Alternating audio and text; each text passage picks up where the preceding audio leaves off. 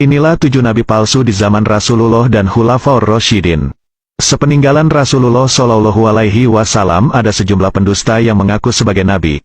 Bahkan, ada pula nabi palsu yang muncul ketika sang penghulu Rasul itu masih hidup. 1. Al-Aswad Al-Ansi.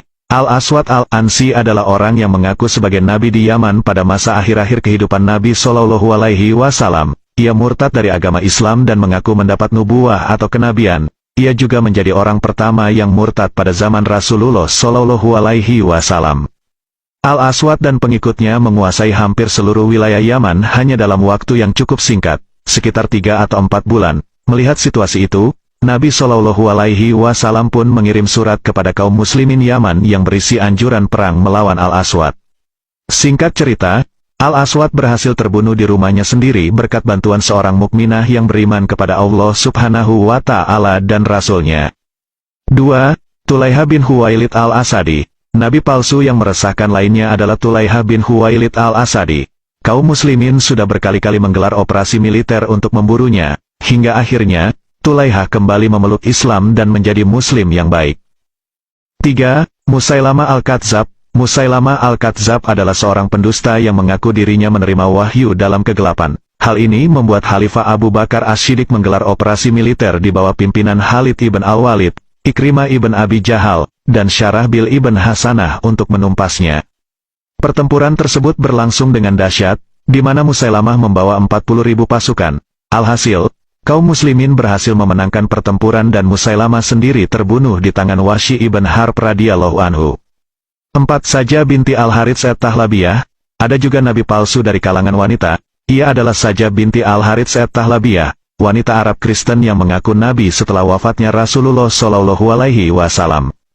Sajah memiliki banyak pengikut yang berasal dari sukunya sendiri dan kabilah-kabilah sekitarnya. Bersama pasukannya, ia memperluas wilayah kekuasaannya hingga tiba di Al-Yamamah dan bertemu dengan Musailamah Al-Kadzab. Usai pertemuannya itu, ia pun mengakui klaim kenabian Musailamah dan menikah dengannya. Setelah Musailamah terbunuh, Sajah kembali bersama sukunya Bani Tahlab dan kembali memeluk Islam. 5. Al-Mukhtar ibn Abi Ubaid As-Sakafi. Al-Mukhtar ibn Abi Ubaid As-Sakafi adalah nabi palsu yang muncul pada masa-masa tabi'in. Awalnya ia pura-pura sebagai seorang Syiah dan berhasil menarik banyak pengikut. Setelah itu, ia mengaku menerima wahyu dari Jibril.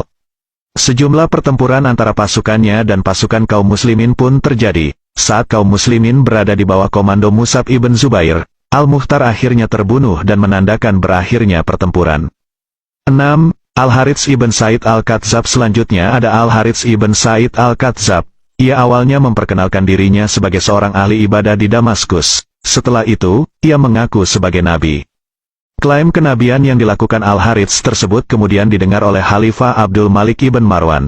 Ia pun bersembunyi, tetapi ada seorang pria dari Basrah yang mengetahui keberadaannya.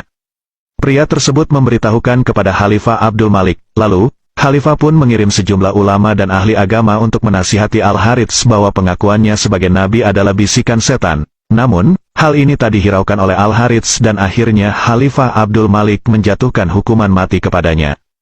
7. Mirza Ghulam Ahmad Al-Qadiani. Pendusta yang mengaku sebagai nabi lainnya adalah Mirza Ghulam Ahmad Al-Qadiani. Namun, sosok ini tergolong baru dan bukan dari masa Khulafaur Rasyidin. Lelaki yang berasal dari India ini mengaku telah menerima wahyu dari langit. Ia juga menyatakan bahwa Allah Subhanahu wa Ta'ala sudah memberinya kabar gembira bahwa ia akan hidup selama 80 tahun. Mirza Ghulam Ahmad Al-Qadiani pun memiliki pengikut. Melihat hal itu, para ulama memberikan penjelasan kepada kaum muslimin bahwa Mirza Ghulam adalah pendusta besar, hingga pada akhirnya, ia mati akibat sakit yang menimpanya.